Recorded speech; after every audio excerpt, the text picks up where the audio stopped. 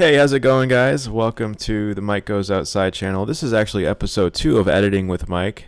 Thanks for joining me today, guys. In this video, I'm going to be showing you how to use presets to your advantage within Lightroom. Now, there is some controversy over using presets. A lot of people will say, oh, that's just cheating and it's unnatural or whatever. But I think presets are, really good. I think they're good for some certain style, and I'm not saying that you could just throw on a preset and call it good. There is a lot of post-processing involved.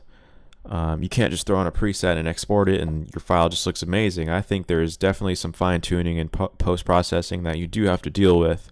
So with that being said, let's go ahead and mess with some presets here on this image. Now, I'm going to go ahead and give you guys a link down below to the presets that I have. They're actually free presets that I randomly found on Google. But I'm going to give you the link to this website here, natephotographic.com. And what you're going to want to do is once you go to the link, scroll down, type in your name, your email, and hit download. And then that download, the preset pack will be sent to your email address. So thanks, Nate. I don't know Nate, but he's hooking it up today. So go ahead and get those presets installed. I'm not going to go over on how to install presets. That may be a different episode or different video. But once you download the preset pack, there will be instructions on how to install those presets, whether you're on a Mac or a Windows PC. So anyway, without further ado, let's get down to business here with this tutorial. Okay, okay, there we go. Okay, so the preset pack that you just downloaded, or perhaps you're not even using this preset pack and you just want to use a different one or just start off with a base image, that's totally fine. But I'm going to be using a preset here, and what I like to do is kind of go through all my presets and see which one looks best. Okay, so I don't want black and white. I think number 2 looks best as a base. I'm never gonna throw on a preset, export my image, and call it good, because there's a lot of stuff that I kind of like to edit.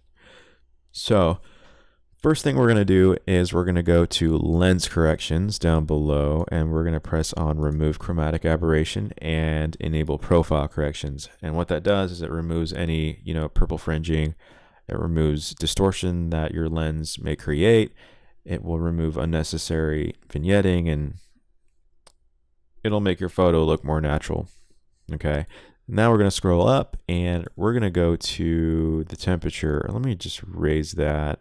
I think we're going to do 5650. How's that for a starting number?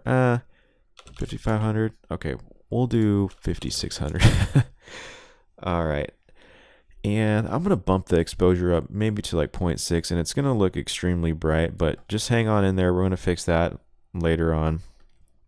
Contrast, we're going to bump up. We're going to bump up the contrast to maybe plus 60. Sometimes I mess with the contrast, sometimes I don't mess with the contrast. In this case, I'm going for that more kind of moody, dramatic kind of look. So we're going to bump up the contrast, and I'm going to take the highlights all the way down. And I'm going to bump up the shadows just a bit, maybe to plus 40. Whites, I'm going to bring just down a bit. Blacks, probably want to bring the blacks up just a bit there. And before I go any further, I notice that this image is kind of not aligned correctly, so I'm going to hit R on the keyboard. And we're going to give the Rocky Mountains the alignment it needs. Here, I think that looks pretty good. Okay, now we're going to come to clarity, and we might bump that to maybe 30. Vibrance, I'm going to bump up to probably 30. Okay, saturation, I'm not going to mess with. I might even go down to like negative 45.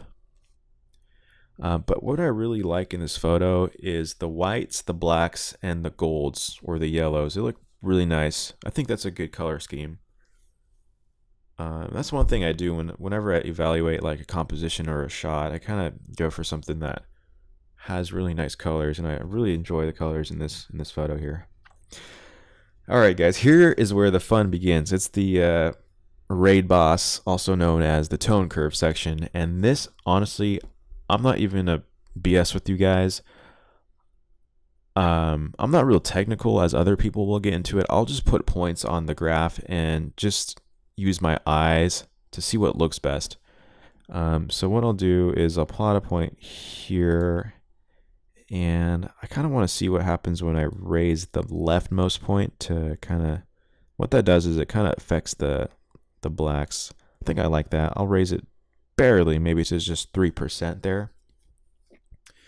And we'll mess with this point here. And we'll plot another point randomly. I'm not even joking when I say randomly. I'll put that right there. We'll put one right smack dead in the middle there. Mess with that point. And then we'll mess with the point at the top, towards the top here. Maybe right there. Okay, I kind of like the contrast that creates.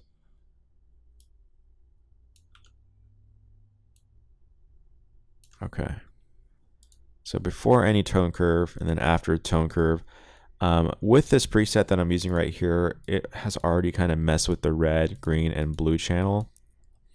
And oh, by the way, guys, if you're not at this point curve screen, what I would do is I would press on this little button here, and that would take you to the channel tone curve. Okay, so let's get to the colors here. I'm gonna scroll down, and right off the bat, I'm gonna go to saturation and turn down the purple and the magenta to -100, as I don't see any of that in here. Saturation on the blues, I'm probably gonna bring down to -60-ish. And what that does is it'll eliminate any of the blues that I kind of don't want. I want this to strictly be like a gold, white, black color scheme, and it looks pretty good already. Just a quick before and after for you guys here.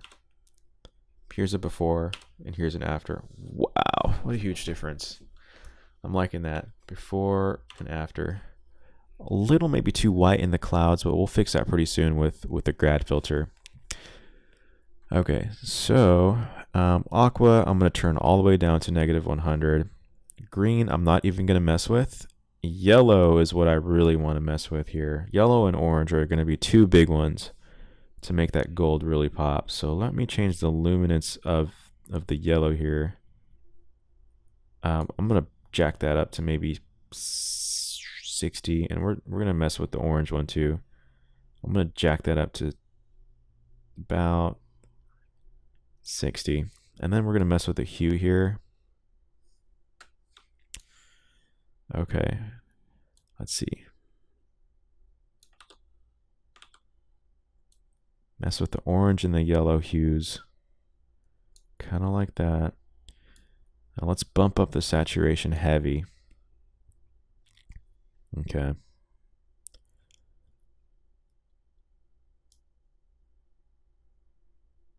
Okay, I kind of like that. I like the gold, man. Wow, what a nice.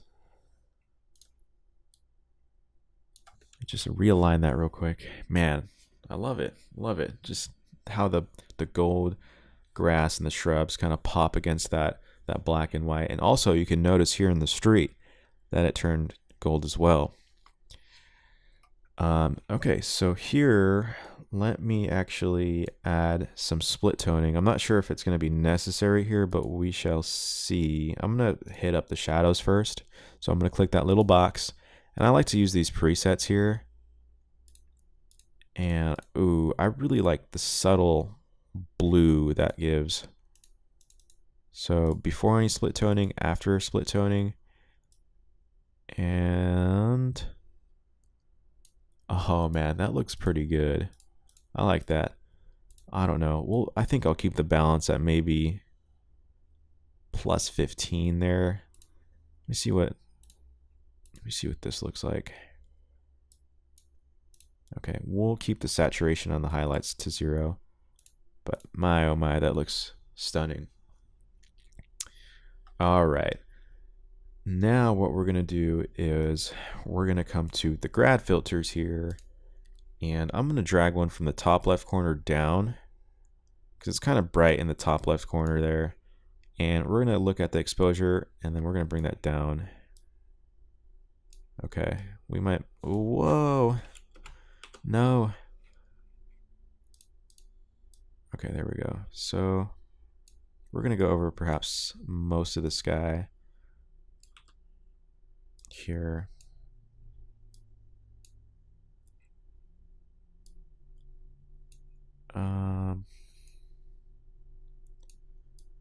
Let's see. I'm going to drop that exposure. I'm going to raise it just a bit. We'll see what it looks like. Even. Okay. How does that look? I think I like that. I really like that. Man, the clouds are really nice. And I'm going to use another grad towards the bottom here because I think it looks just too white and a little hard on the eyes. So here we're going to go from bottom to up. And then we're going to drop down the exposure maybe negative 1.25-ish. And what that does is it kind of creates some depth to the image. And I kind of want to mess with the crop on this image because it's a little too long for me. So what we're going to do is we're going to press R again. And we're actually going to use a 4:5 aspect ratio. I really like using the 4:5 aspect ratio, especially if I'm going to post to Instagram. It gives you a very long vertical post. So we're going to change that to 4:5. Okay, beautiful. And we actually might have to mess with the grads again. So I'm just going to adjust the grad filters here. And one down there. I'm going to bring this up. Okay. So let me give you guys a before and after side by side here. Oh man, that looks juicy. Very nice. Kind of got that, film look to it. Hence the reason why we're using presets. A lot of presets are geared towards that film, Instagram type feel, filter-esque. Excuse me. And that's something I really like. Okay. Now we're going to mess with, what are we going to mess with, Mike? Let's see. We're going to mess with the brush tool here. I really don't like how this part of the street is really just orange more than black. So what we're going to do is we're going to press the brush and get some negative exposure. And we're just going to paint that because I don't like that black or that orangish tone at all. I'm also going to come here and do it. Okay. That looks nice. Might maybe bump it down really hard. And then we're going to come to erase. And we're going to press the O key on the keyboard and erase everything we might have grabbed on the way. I'm really precise with my edits. I'm going to lower the flow here and just kind of hit these areas here. Okay.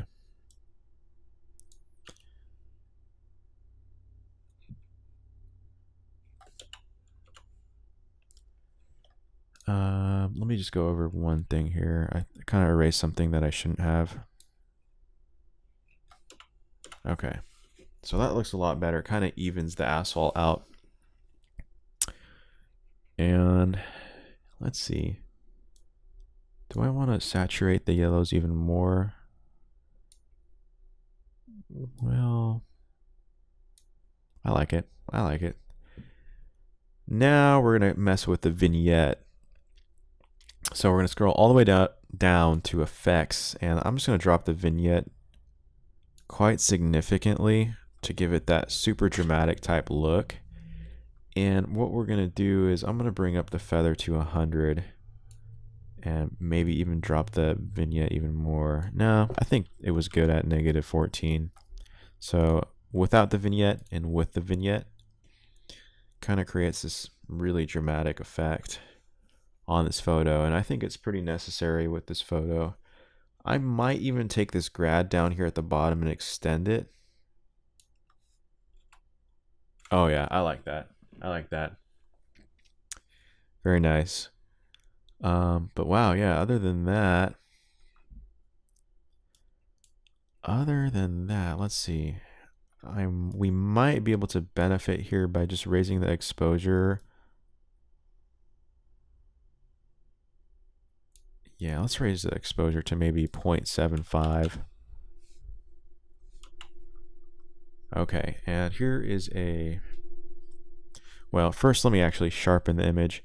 Now, when I sharpen an image within Lightroom, I always stick with the same settings.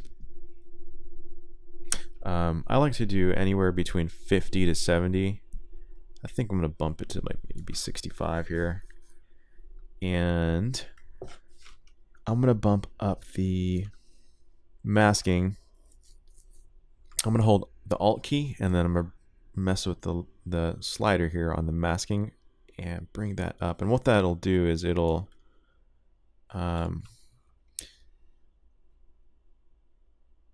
it will sharpen anything that's white and leave alone anything that's black.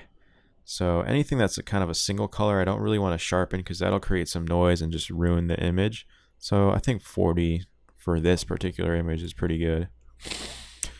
And something that I've learned from a different YouTuber is just to bring that color slider all the way up to 100. Now I can't notice a difference at all in using the color. Some people will swear by it, but to each his own. It doesn't hurt to bump it up, so I just do it anyway. But anyway, what a great post process in my opinion. Some people might think this is overboard, but some people think this is the exact style they're kind of looking for, you know. But look at that. You just turned a really basic photo into something that is more interesting, you know. The photo on the left is really flat and just lacks that interest. Photo on the right is just super on point there. Now, oh, what just happened? Come back. That's not the one we just worked on. That's the one we just worked on. All right. So from here, I would kind of just fine tune things even further. I'm never really content with my edits ever, so I kind of just leave Lightroom open and come back to it with a fresh mind. Maybe like 30 minutes later, maybe a day later. I might even scrap this whole edit and work on another one completely. So yeah, I do weird things like that, but anyway, guys, thanks for joining me today in episode 2 of Editing with Mike. Glad that you can make it. Hopefully you're having a wonderful day wherever you are in the world. If you enjoyed this tutorial and you learned something new, go ahead and hit the subscribe button and hit my video with a like. That definitely helps me out, definitely helps the channel out significantly. If you have any questions for me, guys, leave a comment below. If you have any feedback, any suggestions, I would also love to hear it from you guys down below in the comment section. All right, guys, until next time, peace.